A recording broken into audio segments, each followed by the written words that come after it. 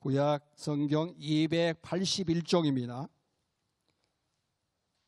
신명기 12장 1절에서 8절 다 찾으셨으면 제가 봉독에 올리겠습니다.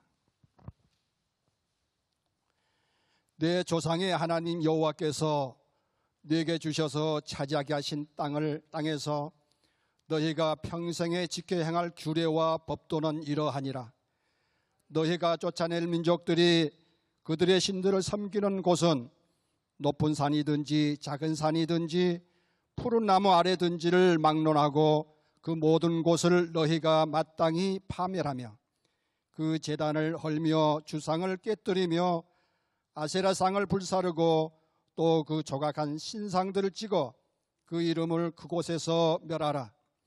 너희 하나님 여호와께는 너희가 그처럼 행하지 말고 오직 너희 하나님 여호와께서 자기의 이름을 두시려고 너희 모든 지파 중에서 택하신 곳인 그 계실 곳으로 쫓아나가서 너희의 번제와 너희의 제물과 너희의 11조와 너희 손의 거제와 너희의 소원제와 낙헌 예물과 너희 소와 양의 처음 난 것들을 너희는 그리로 가져다가 드리고 거기 곧 너희 하나님 여호와 앞에서 먹고 너희 하나님 여호와께서 너희 손으로 수고한 일에 복 주심으로 말미암아 너희와 너희의 가족이 즐거워할지니라. 우리가 오늘 여기에서는 각기 소견도로 하였거니와 너희가 거기에서는 그렇게 하지 말지니라. 아멘. 조금 전에 봉독에 올린 말씀 중심이라는 제목으로 이재국 목사님께서 말씀 전해주실 때에 많은 은혜 있으시기 바랍니다.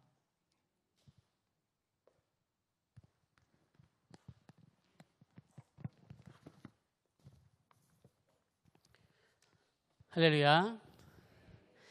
제가 오예배를 다시 드리게 된 지가 한 3개월 정도 전에 드렸고 약 100일 정도 만에 드리게 되는 예배입니다. 귀한 시간 가운데 하나님의 은혜가 있길 소망하며 우리의 마음이 다시 한번 예배위원회 헌신 예배를 통하여서 결단하는 시간이 되길 소망합니다. 어렸을 때 자주 했던 놀이가 있습니다. 여러분들은 어떤 놀이를 어렸을 때 많이 했습니까? 혹시 남자분들은 여자 친구들을 이렇게 고무줄을 끊는 거 많이 하셨겠죠? 공쟁반 아니면 책 등을 가지고서 손가락에 올려서 이렇게 돌리는 친구들이 많이 있었습니다. 저도 이렇게 한번 해보려고 했는데 저는 이렇게 오래 돌리지 못하더라고요. 어떤 것이든지 공이든지 때로는 큰 상도 이렇게 돌리는 친구들 많이 봤습니다. 이런 것들을 잘하려면 어떻게 해야 될까요? 이런 것을 잘하려면 어떻게 할까요? 뭐가 있어야 되죠? 뭘 잘 잡아야 될까요? 그렇죠. 무게 중심을 잘 잡아야 되겠죠. 전 노력했는데 잘 되진 않았습니다. 혹시 잘하고 계신 분이 있다면 나중에 한번 가르쳐 주시면 제가 배워보도록 하겠습니다.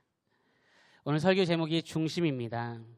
오늘 우리가 살펴볼 중심은 위의 뜻과 함께 핵심 가치 그리고 신념, 바른 사고 등의 의미가 추가된 중심에 대한 내용입니다. 이것을 저는 중심축 이렇게 얘기하고 싶습니다. 그러니까 어떤 한 가운데 중심도 있지만 바른 사고, 신념, 핵심 가치를 가지고 있는 것을 저는 중심축이다라고 오늘 그렇게 얘기하고 싶습니다. 여러분의 중심축은 어디에 있습니까? 우리의 신념과 철학의 핵심은 어디에 있습니까? 오늘 본문을 잠깐 요약하면 내용이 이렇습니다. 신명기 12장에 택하신 장소에서 예배를 드려라 라고 말하고 있습니다. 택하신 장소에서, 택하신 곳에서, 택하신 땅에서 예배를 드려라 라고 말하고 있습니다. 12장 5절, 11절, 14절, 18절, 21절, 26절에 있는데요. PPT에 보면 택하셨다라고 하는 내용들이 12장에만 5절, 11절, 14절, 18절, 21절, 26절 이렇게 6번에서 7번 내용이 납니다. 그러니까 택하신 곳, 택하신 땅에 들어가 예배를 드려라. 그리고 그것이 얼마나 중요한지를 설명하고 있는 내용이 바로 신명기 12장입니다.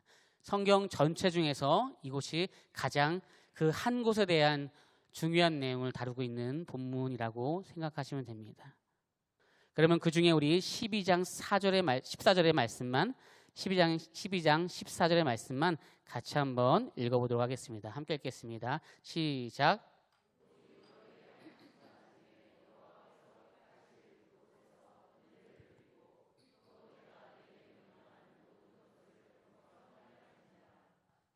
아멘. 택하신 곳에서 번제를 드리고 예배를 드리고 명령하는 모든 것을 지켜라 그리고 행해라라고 말씀하고 있습니다. 제사 예배를 드리는 것과 일상의 삶에 구분할 수 있는 것은 아무것도 없습니다. 그러나 신명기는 제사에 관련된 문헌에 비하여 내용을 설명하면서 조금 더 일상의 삶을 다른 성경보다 조금 더 자세하게 다루고 있다는 것을 읽다 보면 알게 됩니다. 인간은 제사 제의를 통해 정결에 이르며 창조주 되시는 하나님을 알게 됩니다. 우리말로는 성도는 예배를 통하여서 정결하게 되고 창조주 되시는 하나님을 알게 되는 것입니다. 이것과 비교하여 신명기는 하나님의 계명 그리고 날마다 일상에서 하나님의 최고의 자리에 계심을 찬양하며 또 올려드리는 것을 강조하는 내용이 바로 신명기서에 나와 있습니다. 그리고 어떻게 살아가야 되는지 자세하게 설명하고 있습니다. 다시 말해 하나님께 제사를 드리는 이스라엘 백성들의 구체적인 계명에 대한 순종 그리고 인간의 구체적인 삶이 어떻게 회복돼야 하는지 이것이 신명기 말씀을 읽다 보면 알게 됩니다. 오늘 보면 1절부터 3절의 말씀을 차례대로 한번 읽어보도록 하겠습니다. 12장 1절부터 3절까지 같이 읽겠습니다. 시작.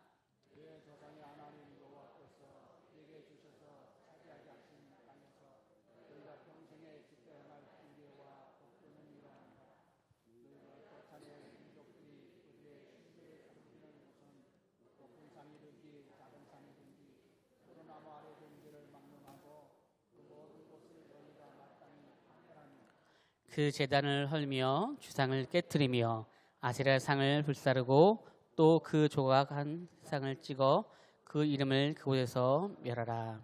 아멘. 그러니까 택하신 곳에 가게 되었을 때 너희는 그곳에 있는 모든 우상을 타파하고 버리고 온전히 하나님만을 예배하라라고 말하고 있는 내용이 오늘 신명기 12장 전체의 내용입니다. 요약하면 가나안 땅에 들어갔을 때 다른 신을 섬기지 말고 오직 여호와 하나님만을 섬겨야 된다라고 하는 내용입니다. 이것은 신명기 5장부터 그 이후의 내용에 계속적으로 설명하고 있는 그러한 하나님의 명령이며 규례입니다. 여호와 하나님만을 섬기는 것은 당연한 일일 것입니다. 이것이 우리에게 이상하게 다가오지 않습니다. 그런데 조금 더 우상을 숭배하는 것이나 조금이라도 하나님과 반대편에 있는 그 작은 것까지도 택하신 곳에 가게 되면 다 이것을 제해버리는 타파하는 그런 마음의 굳은 결심을 해야 된다라고 오늘 본문과 신명기 전체에서는 말하고 있습니다. 제2의 중앙 집중을 강조하고 있고요. 또 하나님이 택하신 이곳이 얼마나 중요한지 그것을 명령하고 있습니다. 이 장소들은 모두 가나안 백성들이 자신들의 신을 섬기기 위해 사용한 곳입니다. 이전에 자신들의 생각대로 정했던 장소와 또 그 모든 우상의 소굴이 있는 곳에 가서 그곳에 갔을 때는 그 모든 우상을 타파해야 된다라고 말하고 있습니다. 다시 말해서 원래 우리가 있는 곳, 우리가 행복했던 곳입니다. 그곳이 이방인들 통하여서 우상의 때로는 성경으로 말하면 소굴이 되었습니다.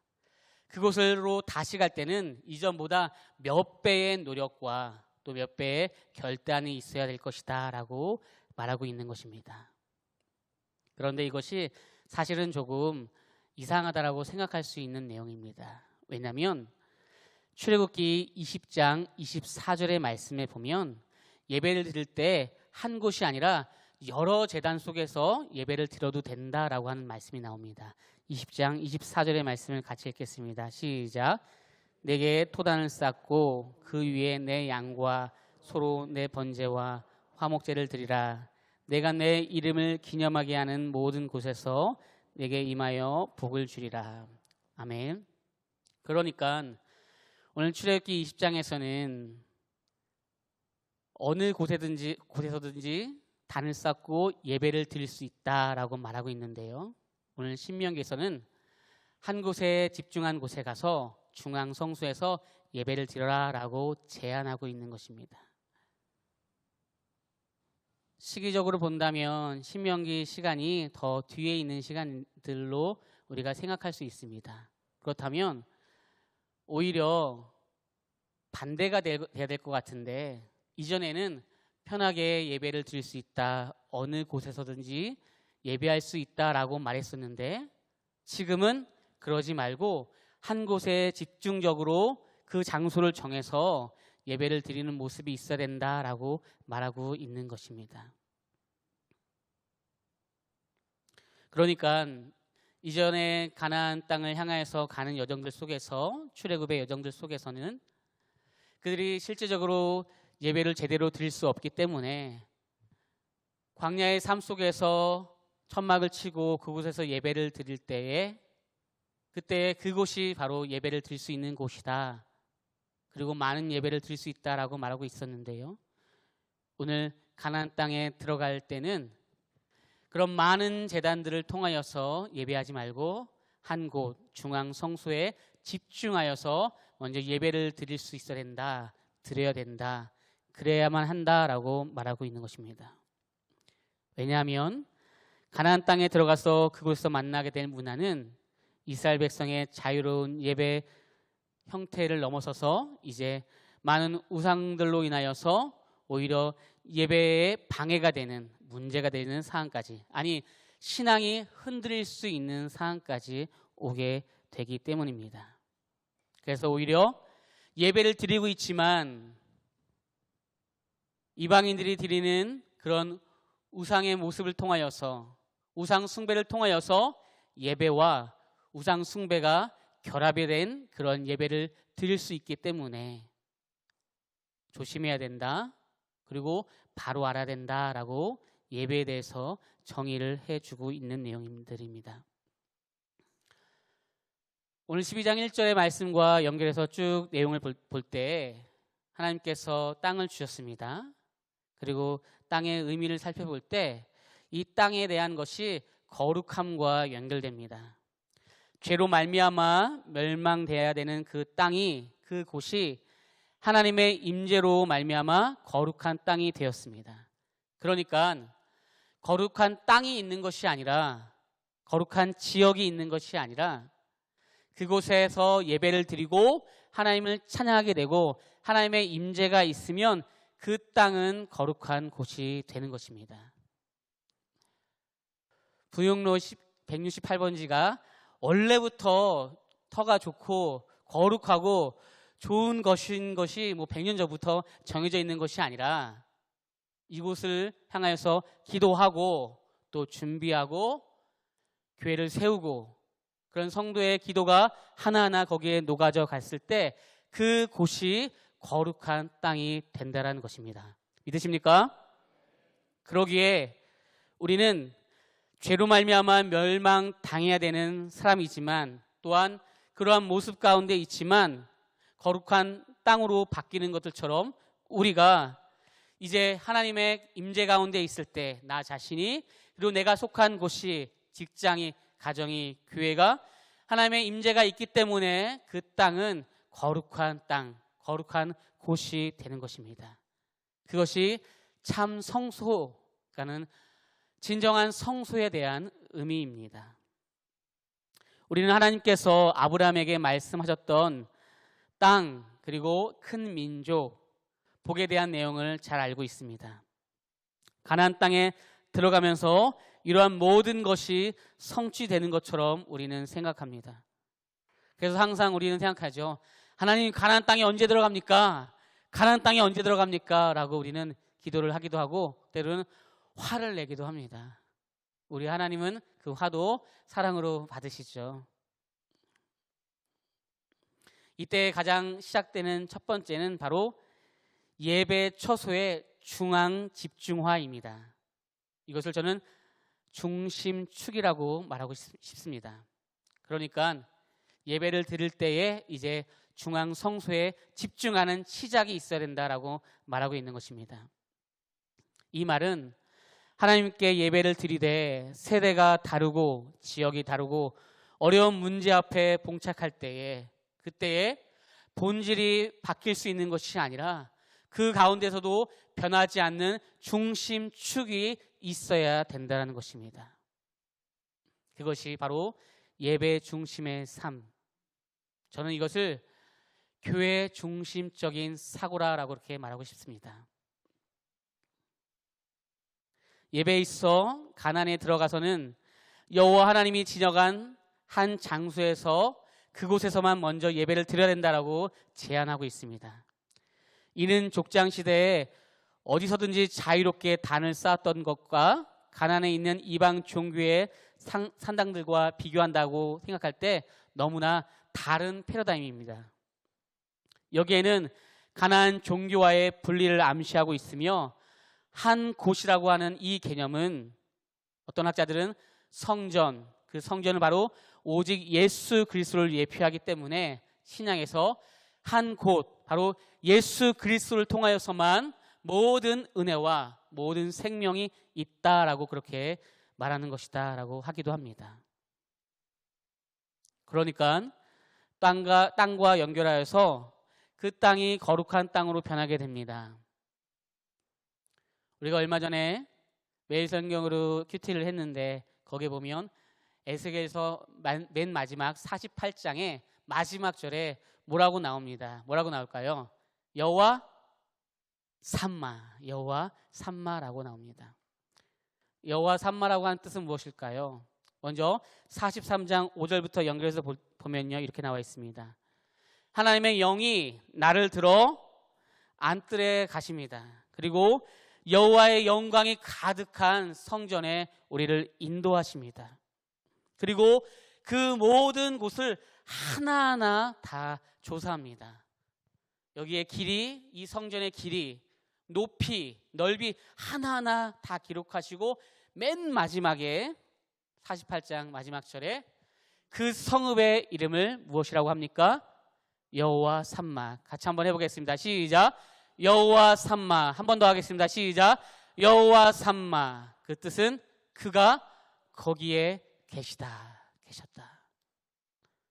그러니까 높고 넓고 깊은 그 수많은 그 성전 가운데 하나하나 재면서 그 크기가 크기 때문에 여호와 하나님의 그 임재하심이 있는 것이 아니라 얼마나 그곳이 기도로서 준비되었고 우리의 마음이 하나님의 은혜 가운데 나갈 준비가 되어 있고 하나님의 영이 우리를 이끌어 갈 때 우리가 순종하며 나아가며 규례와 법도를 지키며 나아가겠다라고 결단할 때 그곳이 여호와 삼마다라고 주님께서 말씀하고 있음을 믿습니다.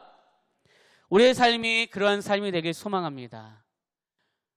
우리의 가정을 하나님께서 돌아보시더니 이곳이 바로 여호와 삼마다라고 말씀하시는 은혜가 있길 소망합니다. 바로 그곳이 하나님께서 원했던 기도의 장소요, 복음의 장소요, 하나님의 은혜의 예배의 장소가 되어야 할 것입니다. 그러기에 거룩한 땅은 어디입니까?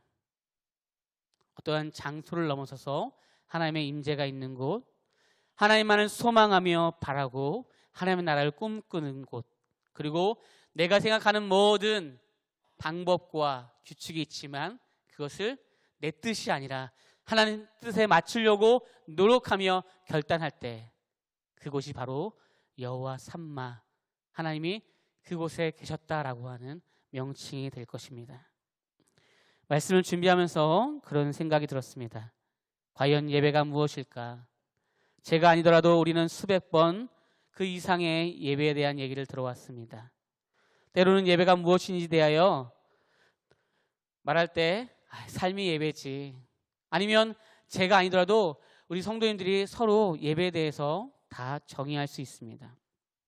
그런데도 우리는 수도 없이 예배가 무엇인지 들어야 된다라고 한다면 그것은 둘 중에 하나일 것입니다. 예배가 어떻게 드리는지 강조하고 강조해도 이것은 과하지 않기 때문일 것입니다.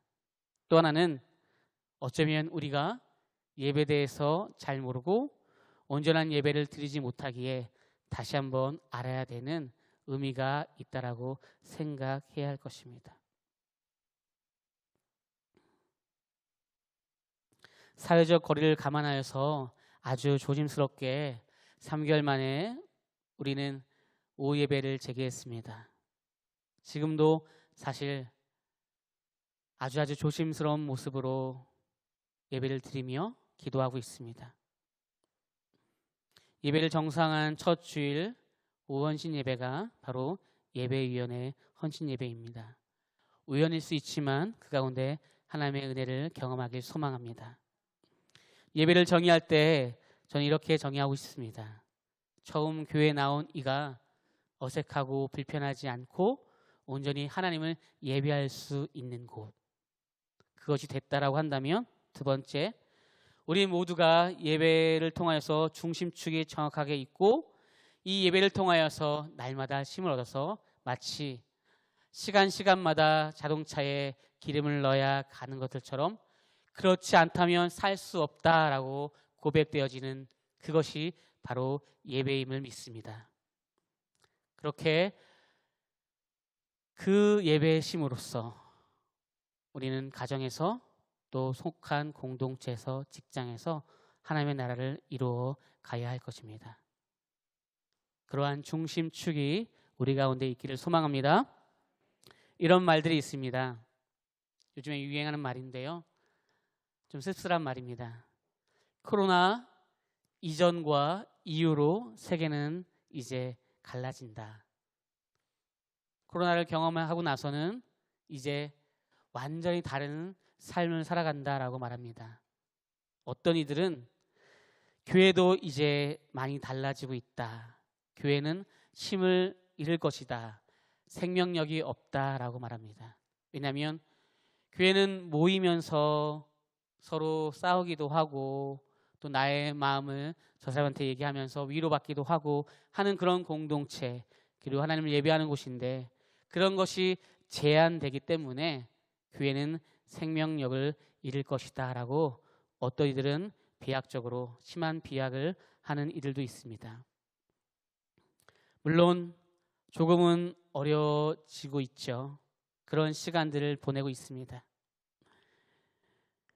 오늘도 헌신 예배인데 특송을 하는 것들도 서로 불편하고 어색하고, 그래서 그것을 또 다른 방법으로 바꾼다라는 것을 볼 때 우리에게 있어서 모두가 공감하면서도 또 마음에 이것이 맞나 싶은 정도의 또 속상함들도 밀려옵니다. 기억했으면 좋겠습니다. 출애굽 시대 때에 광야의 시간에서 어디서나 예배를 드리는 것은 실패와 좌절이 아니라 그런 시간들은 오롯이 하나님을 예배하고 또 만나는 것에 있어서 준비된 시간입니다. 그 시간에 중심을 잘 잡을 때만이, 중심축을 잘 잡을 때만이 가나안 땅에 들어가서 온전한 예배를 드릴 수 있습니다. 왜냐하면 그렇지 않다면 가나안 땅에 들어가서 그들의 문화와 변해가는 많은 삶의 현장들 속에서 적응할 수 없기 때문이죠. 우리가 살아가는 시대의 모습을 잘 적응할 수 있습니까? 할 수 없습니다. 어렵습니다. 4차 산업이라고 하지만 그것에 대해서 공부하시는 분 있습니까? 사실 그것도 익숙하지 않습니다. 그러기에 오늘 우리가 준비되어지는 이 시간들이, 광야의 시간들, 또 어려운 이 시간들이 오히려 이 이후에 예배는 이런 것이다 라고 고백되어지는 시간이 되길 소망합니다. 그리하여서 우리의 중심축이 어디에 있는지 분명하게 인식함으로 말미암아 많은 이들에게 하나님의 영광을 보여주는 그런 우리의 모습이 되길 소망합니다. 오랜 시간 기도로 준비했던 그 시간이 오늘 왔습니다. 예배 정상화를 조심스럽게 시작하였고요. 교회는 새롭게 단장하고 첫 예배입니다. 그렇게 3개월 만에 정상화를 조심히 시작하였고 우리 모두의 축제의 시간인데 때로는 그 가운데 제한된 모습을 통하여서 마음이 힘들 수 있습니다. 그러나 하나님께서 우리에게 이렇게 물어보진 않으실까요? 예배가 무엇이니? 너에게 예배가 무엇이니? 그리고 세상 사람들에게 예배가 무엇이다 라고 말할 수 있겠니? 우리가 코로나 이전과 이후로 갈라지는 것이 세계 학자들의 논문에서 나오는 얘기일지 모르겠지만 우리 신앙인들은 그 이전과 이후로 말미암아 하나님을 바라보는 시각들이 달라지지 않고 오히려 더욱더 분명하고 영광 가운데 나아가는 우리 성도님들이 되시길 소망합니다. 많은 분들이 지금의 예배 가운데 걱정하고 있지만 오히려 우리가 중심축을 잘 잡아가지고요, 가나안 땅에 들어갔을 때 중앙 성소 사상, 이것은 교회를 통하여서 하나님의 은혜가 흘러가서 이것이 온 동네에, 온 지역에, 온 마을에 하나님의 임재가 있어야 된다라고 말하고 있는 것입니다. 그러기에 오늘 중앙 성소, 우리 교회를 통하여서 예수 그리스도의 복음을 통하여서 그렇게 하나님의 복음과 은혜와 생명력 있는 예배가 흘러 넘쳐서 우리를 만나는 모든 이들이 나로 하여금 진정한 예배를 경험하길 소망합니다. 할렐루야. 우리 옆 사람과 이렇게 인사하겠습니다. 포기하지 않겠습니다. 포기하지 않겠습니다. 말씀을 마치겠습니다. 사실 중앙 성소라고 할 때 이 성소의 개념은 언약궤가 있는 곳입니다. 언약궤는 무엇입니까? 그 언약궤는 하나님의 약속이 있는 것입니다. 어떠한 약속이 필요하겠습니까? 어떠한 약속이면 충분하겠습니까? 오늘 여호와 삼마, 택하신 곳에 내가 그곳에 있다라고 말씀하시는 것입니다. 바라기는 주님이 원하시는 곳에 내가 있길 소망합니다. 또 하나, 내가 있는 그곳에 주님의 영광과 주님의 영이 있기를 소망합니다. 그래서 우리가 하는 모든 것들이 하나님의 마음에 합한 사람, 다윗처럼 하나님과 마음이 통한 자가 되어서, 한나처럼 마음이 통한 자가 되어서 이 시대에, 이 지역에 주의 영광을 오롯이 보여줄 수 있는 귀한 우리의 삶이 되길 소망합니다. 그러기에 오늘 이 예배위원회 헌신 예배는 축소되는 것이 아니라 오히려 중심축을 잘 잡아서 더욱더 확대됨을 믿습니다. 그러기에 온전한 영광이 지금부터 더욱더 선포되는 우리의 삶의 모습들이 되시길 예수님의 이름으로 소망합니다.